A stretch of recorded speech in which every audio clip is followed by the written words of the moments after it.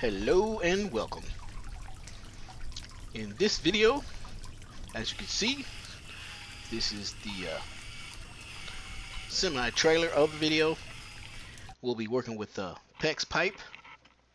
We'll be replacing all the galvanized that you see here in this home.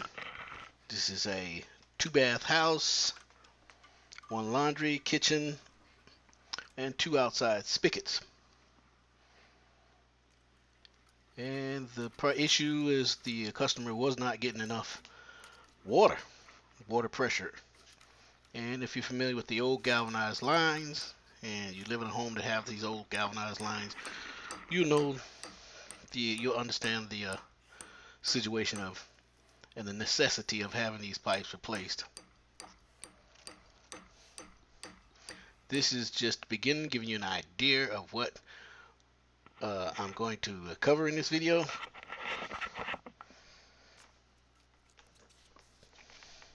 With the PEX piping, even replacing the drywall and cutting into the wall, and all the preps that we need to do to get these pipes replaced. Okay, now we're going to start by here, and this is what I'm showing you here. This is one of the hall baths, and you can see that they've had a lot of work done on the house, where they've had it kind of semi-remodeled, but they actually put the cart before the horse. Me personally, I would replace the pipes first, then had this done, because now it makes it a very complicated and difficult job as far as piping, because now I have to work around this stuff because we're not going to they're not going to allow me to tear this stuff back out anyway. So we're going to have to be very, very, very creative, and that's also what this video is about: creative plumbing.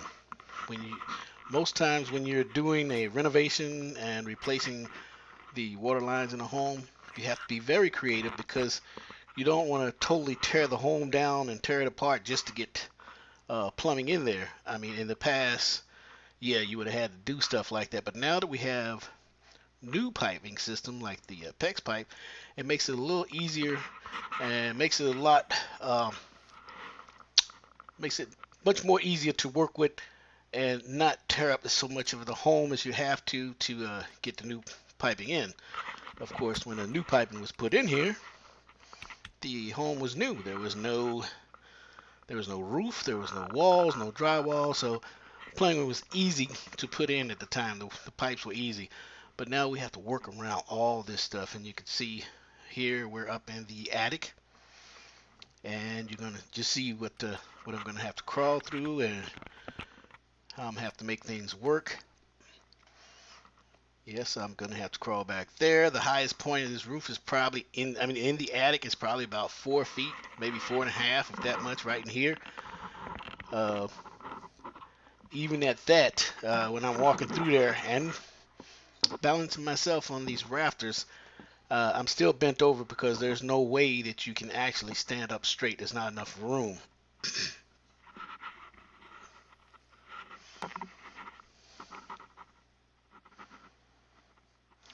This is to give you an idea why, if you are having this type of work done to your house, or thinking of having it done, you can understand why the cost would be anywhere from like $6,000 to $10,000 just for a 2-bath house, because of the work that's required.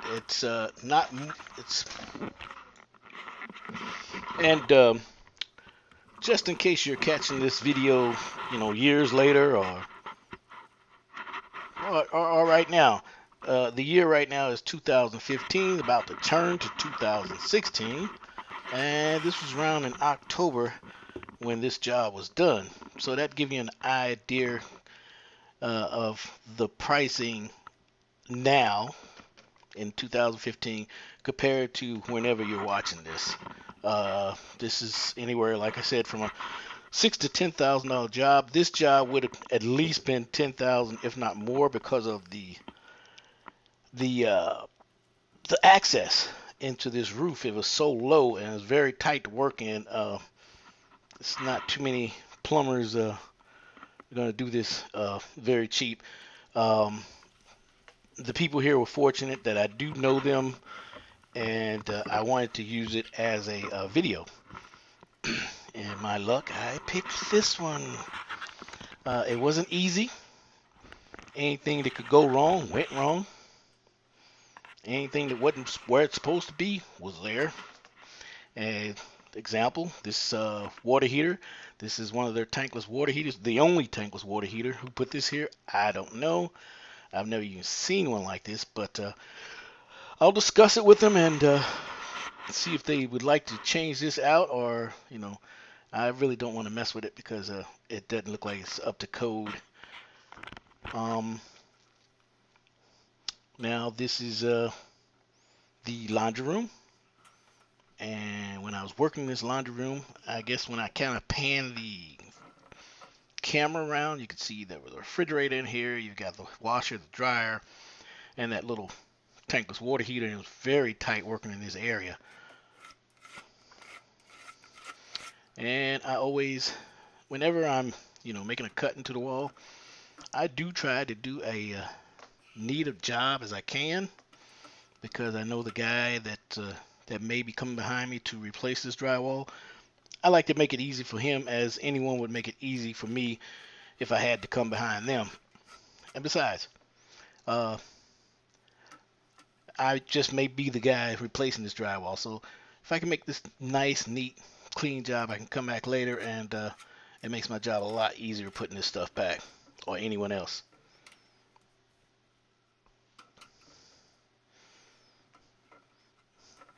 And of course, yes, I just bought this level. This is a 2-foot level. This way I get my nice straight lines.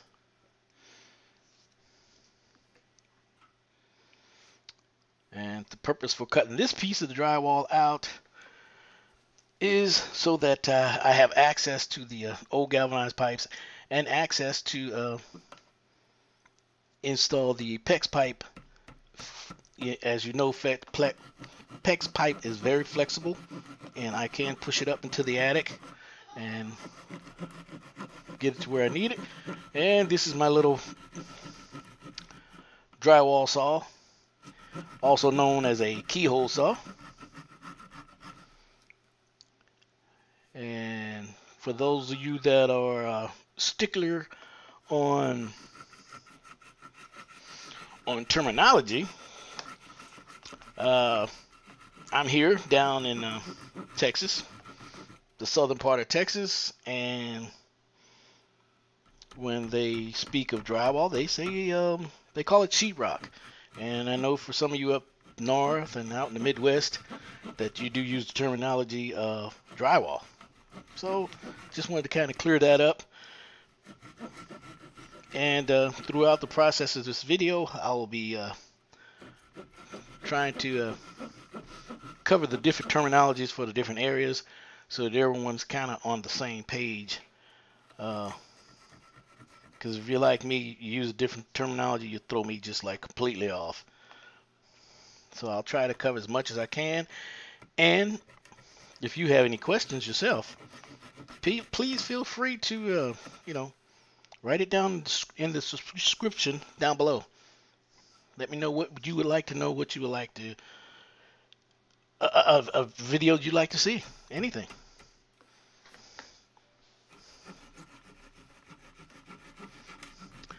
And I like using this my little drywall saw.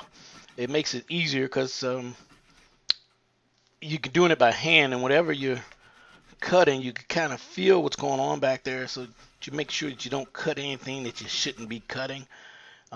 You'll know when to stop when you get into a spot where you feel a little tug, you say up, and you work your way around that.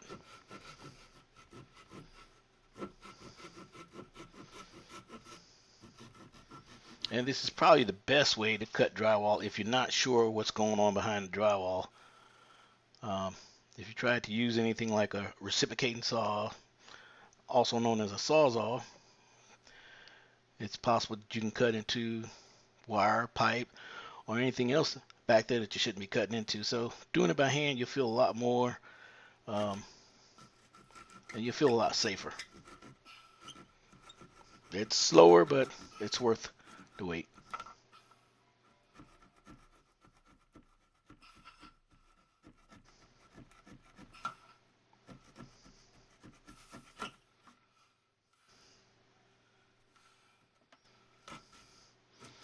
And you know, a lot of times when I do cut drywall, sheetrock, I do like to take it out as neat as I can, but in the case of this one here, since it's going around the pipes, it's going to come out neat, but it would be nice if I could take it out in one piece where that one piece can go out back in, but that's not going to be the case here. I'm going to have to break this and just take it out in pieces. And when the time comes to replace it, then we'll come up with another plan to make it look as smooth and even as possible and cut around the pipes itself.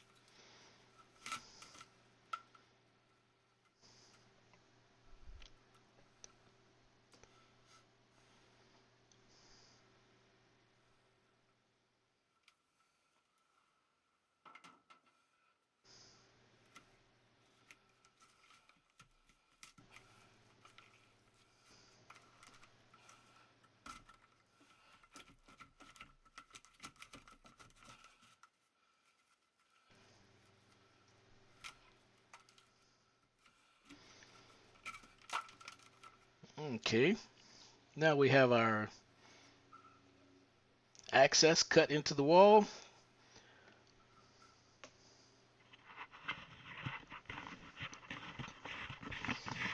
Where we have exposed the galvanized water lines, the hot and the cold. Cold always being on the right, and hot always being on the left. And of course, there's some insulation.